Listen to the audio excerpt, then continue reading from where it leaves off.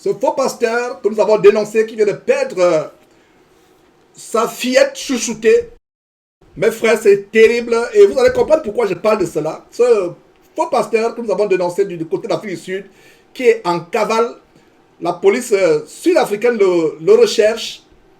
Il est recherché pour crimes financiers, pour escroquerie, en faisant des faux miracles. Et nous avons dénoncé ce monsieur. D'ailleurs, il y a un film que Jésus-Christ avait fait et qui serait une bonne preuve pour la justice sud-africaine pour mettre ce monsieur dans les barreaux éternellement. Donc, nous allons dénoncer ce monsieur qui s'est enrichi de manière exubérante, outrancière en Afrique du Sud. Et vous voyez donc sa fille à qui il avait donné comme cadeau d'anniversaire une voiture qui coûte un demi-million de dollars, une Maserati ou d'autres voitures de luxe. Vous pouvez voir sur votre écran. Et nous l'avons dénoncé. Et il y a une correspondante du côté de Floride, je crois, une sœur, qui m'envoie cet email qui dit voilà, genre, cet homme que tu avais dénoncé, sa fille est décédée. Et nous avons fait des recherches et nous avons vérifié effectivement que c'est vrai. D'autres chaînes de télé en ont parlé. Mes frères, nous l'avons dénoncé. Et Jésus-Christ TV a pris la loupe, parce que nous avons une loupe spirituelle, pas le discernement du Saint-Esprit. Et nous avons aussi une loupe sur le plan technologique. Donc Jésus-Christ TV a pris la loupe pour examiner ce faux miracle. Et mes frères, avant de revenir sur la mort de cette gamine, et d'ailleurs la mort, mes frères et sœurs, est toujours un sujet de tristesse, surtout une gamine, voilà, qui paye les pots cassés, qui paye à une sœur qui me suit actuellement certainement depuis le Canada. Quand elle entend qu'un bébé a été violenté ou un bébé mort, elle ne peut pas tolérer. Et voilà donc un enfant qui est innocent. Parce que la Bible dit que si vous vous amusez avec Dieu, Dieu va détruire votre famille et il va détruire vos enfants. Et voilà le cas, mes frères et sœurs, une fillette qui avait tout son avenir devant elle, qui pouvait même se convertir, être chrétienne. Là, voilà qui est décédé. Donc, avant de revenir sur cet homme qui vivait comme un roitelet avec des avions privés, des voitures, aujourd'hui, on a saisi ses biens, il est en cavale. On le recherche ardemment, la police, les Hawks, les éperviers, c'est comme cela qu'on appelle la police sud-africaine, est en train de rechercher ce monsieur qui s'est fait une fortune avec des châteaux, de l'escroquerie. Voilà, s'il avait travaillé de sa propre sueur, avec la sueur de son front, il n'y a pas de problème. Donc, voilà comment, mes frères, ce monsieur est en cavale et nous l'avons exposé il y a quelques années et c'est comme ce faux pasteur au Gabon que nous avons exposé, Piebi, qui est décédé. Je vous assure, mes frères, c'est des avertissements et non seulement nous l'avons exposé, nous, Jésus-Christ, nous derrière Jésus-Christ TV, mais il y a des chaînes également anglophones, des chaînes de télévision anglophones qui l'ont dénoncé et ils se moquaient des gens, ils disaient que les gens sont jaloux. Le voilà, mes frères et sœurs, qui a perdu sa fille. Et quand je vais revenir, vous allez comprendre pourquoi nous pensons que c'est un sacrifice. Vous allez comprendre dans quelques instants pourquoi c'est un sacrifice. C'est un sacrifice peut-être pour rebondir, pour sortir des problèmes qu'il a en train de traverser aujourd'hui. C'est terrible, mes frères et sœurs. Donc, montrons pendant moins d'une dizaine de minutes ce que Jésus-Christ avait fait pour dénoncer ce monsieur, le prendre la main dans le sac et on va revenir sur d'autres commentaires par rapport à cette triste histoire.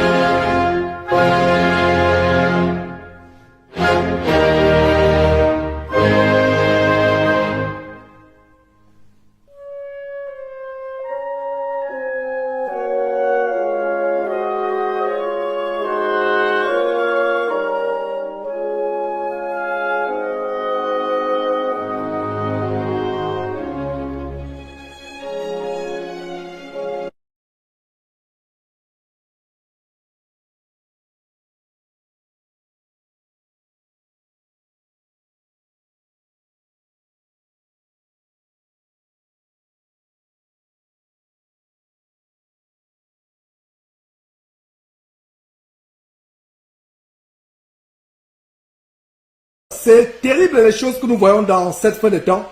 Cet individu n'est pas à sa première fraude spirituelle, à sa première escroquerie spirituelle. Et voilà une scène qu'il a fait filmer, soi-disant par la télévision sud-africaine, dans son château quelque part en Afrique du Sud, où il aurait marché en l'air, il aurait marché dans les airs. Et vous voyez comment les caméras se focalisent sur les pieds. Et le voilà qui fait le surplace, selon lui. En fait, c'est un véritable montage pour se passer pour un personnage important, pour aveugler les foules, pour amasser les foules. Et d'ailleurs, nous allons revenir, mes frères, revoyons ça une deuxième fois, de ce monsieur qui descend l'escalier, les mains en l'air, et qui, selon lui, va faire un miracle mensonger.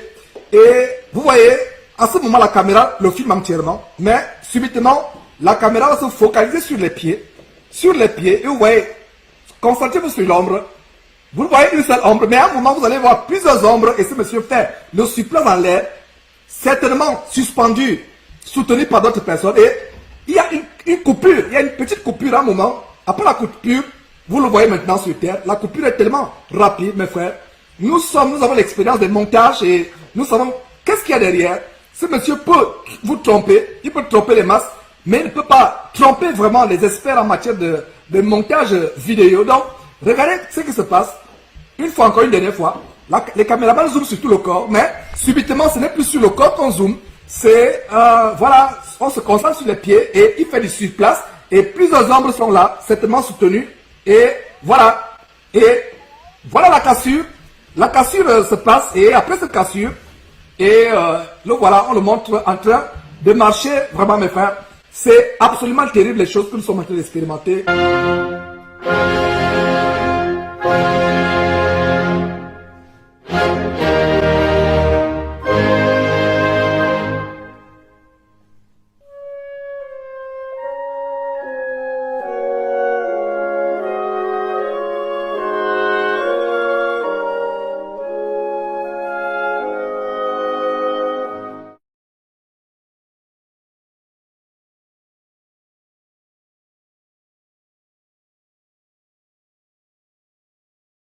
Walking.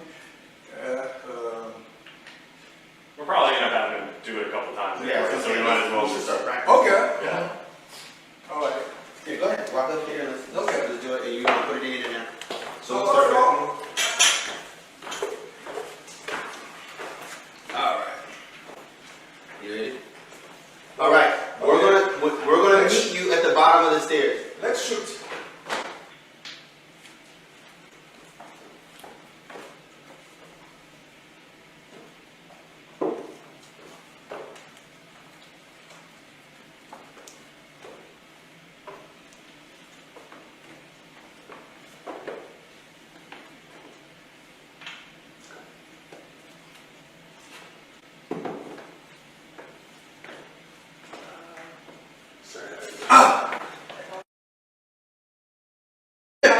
Walk it like maybe like a little bit. Okay. All right. And then just remember, like how you're hanging right there, your body is going to stay perfectly still. You're just gonna rotate your feet like that. Just walk Smooth. like a bike. You know, like a bike. No, you don't put my just Yeah. walk. If you're walking. Okay, let's do Yeah. that. Okay. Let's do that. Last one. Last one. That's what. She said last Okay. one. Okay. All right. Sorry. Do that. Okay, you ready? Yeah, I'm ready. We're ready. Let's go. Get strong.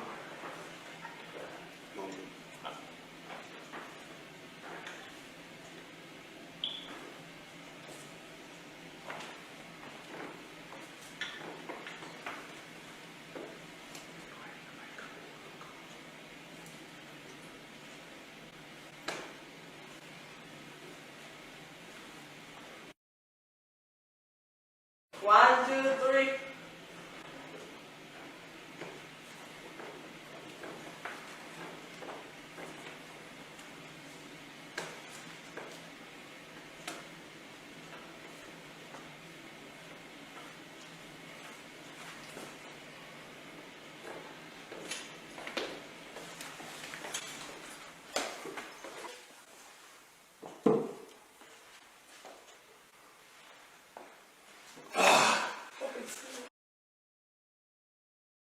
Voilà les choses que nous avons montrées. Et ce jour-là, mes frères, on a bien rigolé.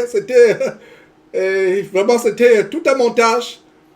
Et c'est vraiment une très grande joie d'exposer ces gens. Et comme dit sur YouTube Tessiali Manoukan, on ne se moque pas de Dieu. Ce qu'on aura s'aimer, il moissonnera. Donc voilà, mes frères et sœurs, cette fillette qui était tellement chouchoutée, qui aujourd'hui ne vit plus. Une gamine qui meurt. Elle n'avait même pas 10 ans. Elle est même loin d'avoir 10 ans. Aujourd'hui, qui ne vit plus. Et la raison pour laquelle je pense que c'est un sacrifice humain. D'ailleurs, ce monsieur n'est pas au premier cas de meurtre qui entoure son ministère. Il y a eu des chantres associés à lui. Des chantres qui sont morts. Des personnes membres de son abomination en Afrique du Sud qui sont mortes. Et les personnes qui ont été sacrifiées. On aurait d'ailleurs dû faire une émission là-dessus. Bon, le temps nous a manqué. Où les chantres ont été sacrifiés. Vous qui êtes encore chantres dans ces maisons de mort, etc. Donc ce monsieur, au lieu de travailler à la sueur de son front comme nous autres, mon épouse et moi, nous passons de longues journées à travailler derrière nos ordinateurs. On travaille à la sueur de son front. Qu'il ait sa vie de cocaïne, c'est pas grave. Qu'il ait à la sueur de son front, il est libre de faire de son argent ce qu'il veut. Mais s'enrichir, avoir des châteaux, avoir des avions privés, avoir des voitures de luxe avec l'argent de l'escroquerie. Voilà, mes frères et sœurs, pourquoi nous dénonçons ces gens. Alors, je disais que ce monsieur a certainement sacrifié sa fille. Certainement. Pourquoi? Il a dit sur les réseaux sociaux à ses ouailles de ne pas pleurer parce que ce n'est pas une mauvaise chose. Sa fille est quelque part où elle ne souffre pas, elle est à l'aise, donc lui-même ne pleurera pas. Donc ne pleurez pas, ne vous lamentez pas. Pourtant la Bible dit pleurez avec ceux qui pleurent. Réjouissez-vous avec ceux qui se réjouissent. Même dans la Bible, quand le merveilleux Étienne est décédé, a été sauvagement, barbairement lapidé par ces juifs qui ne voulaient pas entendre l'évangile qu'il leur donnait. Ils se sont bouchés les oreilles, graissé les dents, ils ont lapidé Paul. Et il a dit que les hommes pieux pleurèrent, ensevelir Étienne, le pleurèrent à grand bruit. C'est normal de pleurer. Mais elle dit, non, ne pleurez pas. Elle est bien là où elle est. C'est une bonne nouvelle. Ne pleurez pas. Moi, je ne vais pas pleurer. Et regardez mes frères et sœurs, pourquoi nous commençons l'émission d'aujourd'hui par cette histoire. Vous, femmes de faux pasteurs, parce que cet homme ne connaît pas les douleurs que la femme a endurées pour cette fille qui vient de décéder. Je sais cela pourquoi j'ai une femme, nous avons des enfants. Je ne suis pas en train de discriminer, de faire la discrimination entre mari et femme, mais je vous assure que la femme est plus attachée aux enfants que nous les hommes. C'est naturel parce qu'il y a le mystère du cordon ombilical. Non seulement le mystère du cordon ombilical, il y a le fait qu'elle a porté cet enfant 9 mois. Elle a eu des malaises, des douleurs et elle a eu à accoucher, peut-être par voie normale, de fois par césarienne, une opération assez compliquée. Pourquoi cette histoire aujourd'hui? Vous, femmes de pasteurs, ne faites pas comme Ananias et Saphira. Voilà cette mère qui souffre. Lui n'a pas de problème. C'est un père. Peut-être qu'il a même des maîtresses à gauche, à droite. Comme le cas avec ces faux pasteurs que nous dénonçons. Masolo Tunasi et autres. Celui qui est en Côte d'Ivoire, que nous dénonçons. Mohamed Sanogo, qui ont les enfants dehors avec les maîtresses. Peut-être que cet homme, comme tous les faux pasteurs, ont les maîtresses dehors avec les enfants. Mais voilà la femme qui est affligée aujourd'hui. Cette femme est affligée, c'est elle qui a porté cet enfant. C'est pour ça qu'on dit, vous, femmes de faux pasteurs, voilà ce que vous récoltez. Voilà. Comme Tessélia venait de dire tout à l'heure, tout ce qu'un homme sème, il va le récolter un jour. Voilà. Vous, femmes de ces pasteurs, vous aimez les grandes toilettes, des grosses voitures, des grandes maisons. Vous aimez toutes ces choses. Travaillez à la sueur de votre front, comme nous tous d'ailleurs, il n'y a pas de problème. Mais l'argent sale, l'argent de l'escroquerie, l'argent de la rapine, tout est vendu. Les prières sont vendues, les prédications sont vendues, tout est vendu. Voilà les conséquences. ne pouvant plus faire des miracles, d'ailleurs, vous voyez comment ces gens opèrent. On vous a montré comment il a été pris la main dans le sac. Ne pouvant plus faire des miracles, parce que les sirènes des eaux, les Mami Wata les ont lâchés. Il faut maintenant monter des miracles, comme la loupe de Jésus qui l'a démontré tout à l'heure.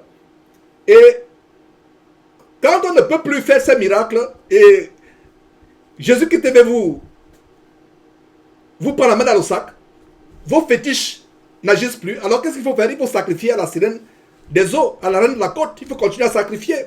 La reine de la côte va vous demander qu'est-ce qui est plus cher. Et pour ceux qui ne connaissent pas qui est boucherie, ce monsieur aimait cet enfant à la folie. Il aimait cet enfant. Et Satan vous demande ce qui est plus cher. Est-ce que vous voyez? Vous qui voulez être comme ces pauvres pasteurs, que vous les enviez. Si vous voulez être riche, avoir de l'argent, ce n'est pas avec l'évangile. Ce n'est pas avec l'évangile. Vous n'allez pas me voir un jour dénoncer Donald Trump. Sauf si Donald Trump commence à tuer les chrétiens. Et c'est là où je vais le dénoncer. Vous n'allez pas me voir dénoncer Bill Gates. Sauf si Bill Gates veut décimer la population mondiale, y compris les chrétiens. Vous n'allez pas me voir dénoncer les Bétancourt et tous ces gens-là riches. La richesse, c'est la richesse, c'est la sueur de leur front, leur vie de vanité sur cette terre. Mais en ce qui nous concerne, mes frères et sœurs, si quelqu'un prend l'évangile pour en faire du commerce, pour en faire du lucre, nous allons le dénoncer. Donc voilà, mes frères, cette histoire vraiment terrible. Et nous reviendrons certainement sur cette histoire. Mais ce que je peux vous dire, c'est que c'est une histoire triste. Et comme on a vu dernièrement dans l'étude d'Ésaïe, Dieu dit qu'il n'aura pas pitié de leurs veuves et de leurs enfants. Soit Dieu les frappe et Dieu n'a pas pitié des veuves qu'il laisse, soit Dieu n'a pas pitié de leurs enfants, il les frappe. Voilà une fille. Semble-t-il était malade, une gamine, c'est une fillette, c'est un bébé. Semble-t-il était malade et comme il est bloqué dans tous les pays, c'est un fugitif en cavale. Il ne peut pas courir le risque de se présenter quelque part. C'est la version officielle. Mais après avoir dit ce qu'il a dit, à savoir que ne pleurez pas ma fille, moi je ne vais pas pleurer. Elle est bien là où elle est. Comment une fillette comme ça qui se dirige en enfer? Parce que les parents sont la cause que les enfants, excusez-moi, aillent soit en enfer, soit au paradis. Et ça peut vous choquer. Les gens vont me dire, mais Georges, comment ça les enfants innocents qui n'ont rien fait peuvent-ils payer pour leurs parents? Ma soeur, mon frère, si tu poses la question, c'est que tu ne lis pas bien ta Bible. Il y avait des fois quand Dieu punissait quelqu'un qui était cupide, il frappait non seulement la personne, il frappait aussi toute la famille. Lisez bien votre Bible et lisez particulièrement Apocalypse chapitre 20, verset 4 et suivant, où Dieu dit qu'il punit les enfants, il punit l'iniquité des parents sur les enfants. Lisez très bien Apocalypse, non pas Apocalypse, lisez très bien Exode, chapitre 20, verset 4 et suivant, où il a dit que Dieu punit l'iniquité des pères sur les enfants jusqu'à la 3e et la 4e génération de ceux qui me désobéissent. Ce monsieur qui dans ses temples pulvérise les démons aux gens, pulvérise les démons. Aujourd'hui, il est en cavale. La police le recherche, non seulement la police sud-africaine, mais je crois Interpol aussi. Étant en cavale, voilà sa fillette qui décède. Mes frères, prenons une petite pause de quelques minutes et nous allons commencer véritablement l'enseignement de ce jour.